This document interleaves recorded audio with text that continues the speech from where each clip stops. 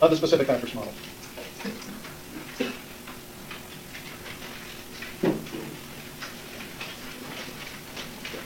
Okay, so we've got two parts. Our third specific factor was land. So we need to think about how much can the landowners earn.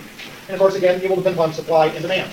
Because land is specific to the food industry, and we've assumed that it's fixed, supply of land will be pretty straightforward.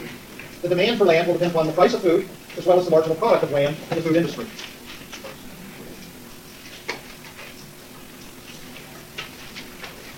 So this gives us then the value of the marginal product of land in the food industry.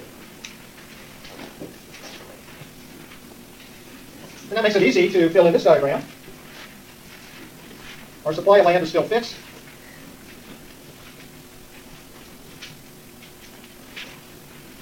With a given price for food times the marginal product of land in the food industry declining, we'll have a downward sloping value of the marginal product of land, which is also our demand for land curve in the food industry.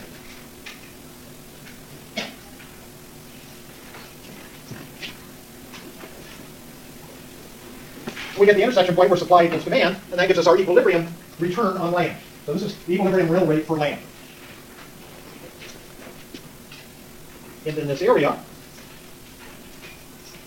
will be the income to landowners.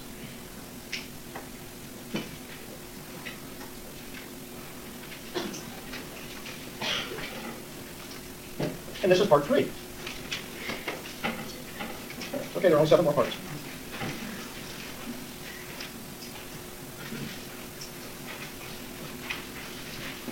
So notice within the context of the specific factors model, we actually have 3 resources that we're dealing with: labor, land, and capital. So if we're interested in what the distribution of income is, which is one of the things we will be interested in, we need to be able to look at the rate of return to the owners of labor, the owners of capital, and the owners of land. So we're going to have a supply and demand curve for each of our factors of production. So we've just done 3, we could do more if we wanted, but this will be enough to confuse us quite completely, or at least me. Okay. So again, here's a plainer version of part 1, which is the demand for the mobile factor of production. Okay. So we set it up so that labor was our mobile factor of production. It may or may not be that labor is that factor. Maybe some other factor of production is mobile. But we always use this diagram with our 2 demand for labor curves, mobile factor curves, to determine the allocation of the mobile factor between the 2 industries. For our specific factors, we're always going to be sitting here with a fixed amount of supply. We don't have to allocate it between 2 industries because these are indeed specific factors. So we simply need to look at what is the supply and demand relationship. Again, whatever the price in the marginal product of these specific factors are will tell us the demand side. So notice here, I'm going to draw this so that it was much lower than it is over here to show that, especially what I've actually drawn, that the rate of return on capital can be quite different than the rate of return on land. It may be because the price of food is much lower than the price of automobiles, or it may be that the marginal product of land is much lower than the marginal product of capital, or some combination. So we need to keep all of that in mind when we're thinking about why we have the particular rates of return that we do. So part 1, part 2, and part 3. So again, 3-part model here. Now, we need to ask ourselves, what happens to both the allocation of labor, as well as, which is a mobile factor of production, as well as the distribution of income, meaning who's better off, who's worse off, if we have a change in prices. My question is important because international trade leads to changes in relative prices. But we'll come back to the international trade portion later. We're going to start by assuming that both auto prices and food prices increase by 10%. So the price of autos goes to 1.1 times its original price, and the price of food also goes to 1.1 times its original price. So how would we show that here for the auto industry? So we know that the price of autos is increased by 10%. So here's the price of autos. Remember when we drew this was a fixed level. Now we're increasing it by 10%. So it's fairly easy to see that the demand curve for labor in the auto industry is going to shift up. But it's also important to realize this is not a parallel shift. It's not a parallel shift. Remember, this is multiplicative. So we're adding 10% to this number, which is a fairly low number. We're also adding 10% to this very high number, which is a much bigger number. So suppose that this number up here is 100. So when we add 10% to it, we're going to be at 110. But if the number way down here is 10, now when we add 10% to that, we're only moving to 11. So the movement, the upward movement in this demand for labor curve is actually much greater at the high end than it is at the low end.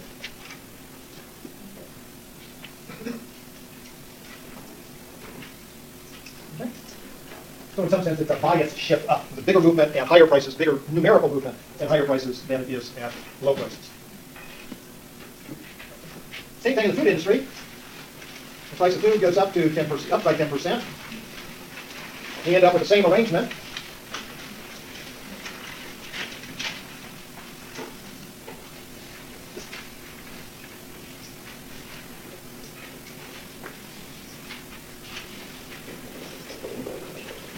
So our demand for labor curve has shifted up. Now, what does all this mean for the allocation of labor between the two industries? So here's our part one, right? Part one, our mobile factors of production. So we've increased both prices. And so we started with fixed prices here. We've increased this to 1.1 times, or 10% more. And we've done the same thing over here.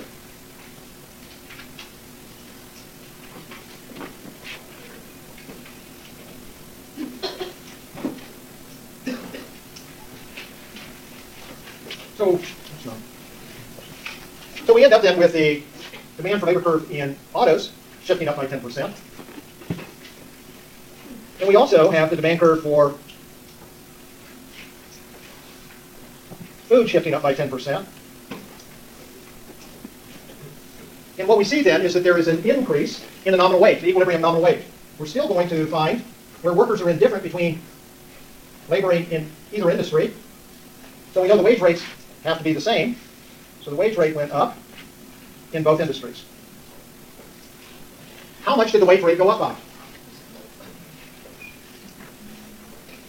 Well, let's see, we have three alternatives, right? Less than 10%, 10%, or more than 10%. So how much do you think wages went up by? Okay, let's vote. Okay. Show of hands. How many for less than 10%? How many for more than 10%? How many for 10%? How many didn't vote? Oh, come on, more hands than that. Okay, so since everybody had a vote, some of you know that you voted incorrectly, because there's only one correct answer. So, wages went up by 10%. Now, there's a graphical way of showing that, and that is, we started right here. Notice that this particular point, where we started, lies on both of the value of marginal product curves, which is the intersection point. Now, we've raised the price by 10% of the same number. So the movement, whatever number this is, the movement of 10% moves us straight up. So wages also, in this case, increased by 10%.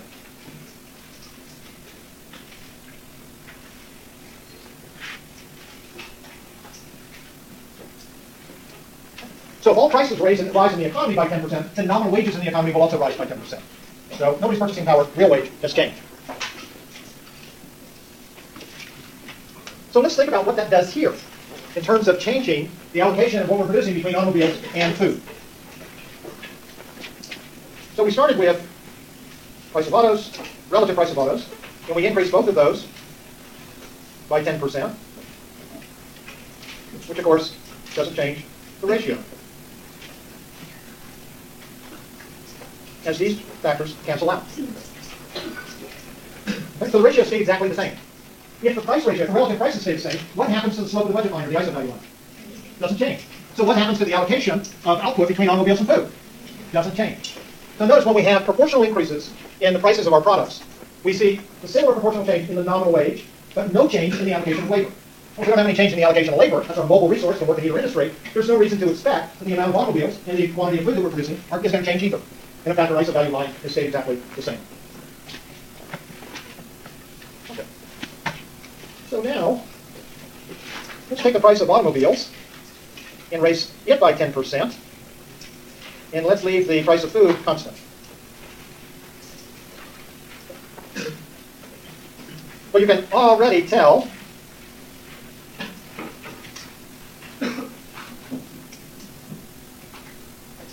that the relative price of automobiles rises in this case. So we're changing the price of one of the goods, but not both of them, by the same amount. Okay, so here we are, back again. So when we increase the price of automobiles, the value of the marginal product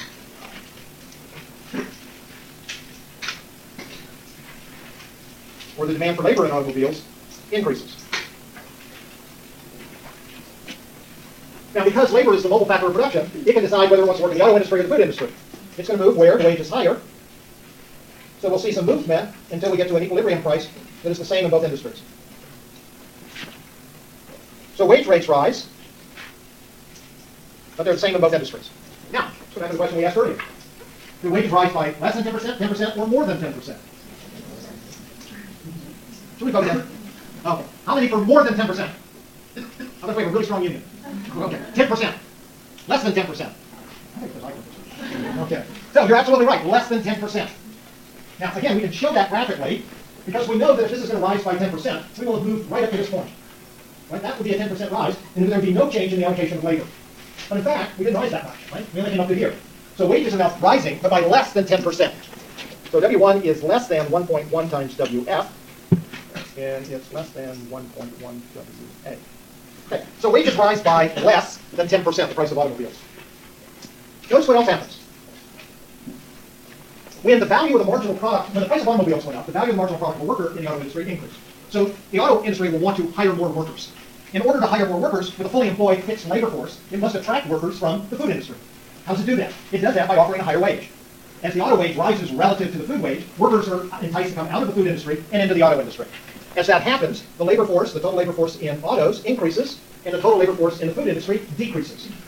More workers in the auto industry now begin to drive the wage down a little bit. It's still above where we started from, but it's not the full amount. While fewer workers in the food industry are going to help push the wage up.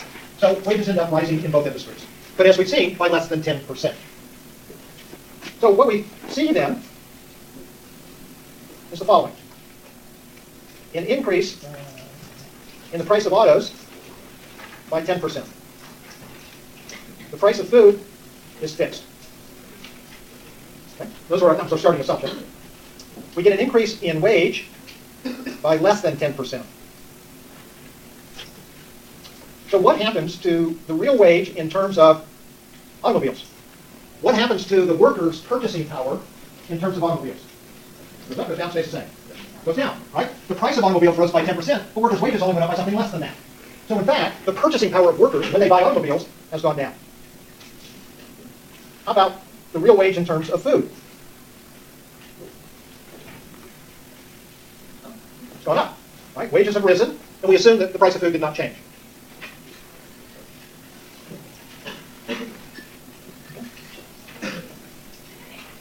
So, are workers better off or worse off?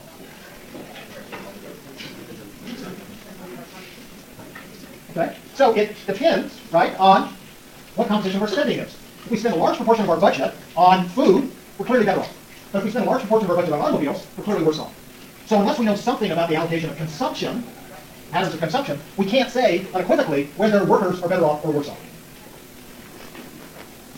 Also notice, and I didn't put in there, more workers in the auto industry and fewer workers in the food industry.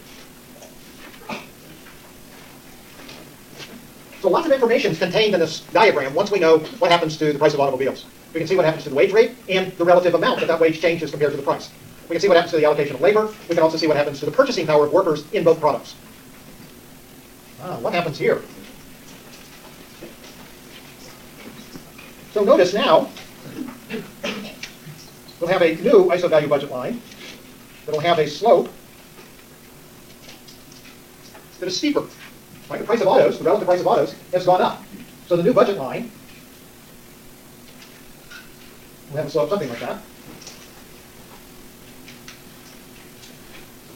And so this tells us now that where we want to be producing is at point B. Notice at that particular point, we're going to be producing more autos, and we'll be producing fewer or less food.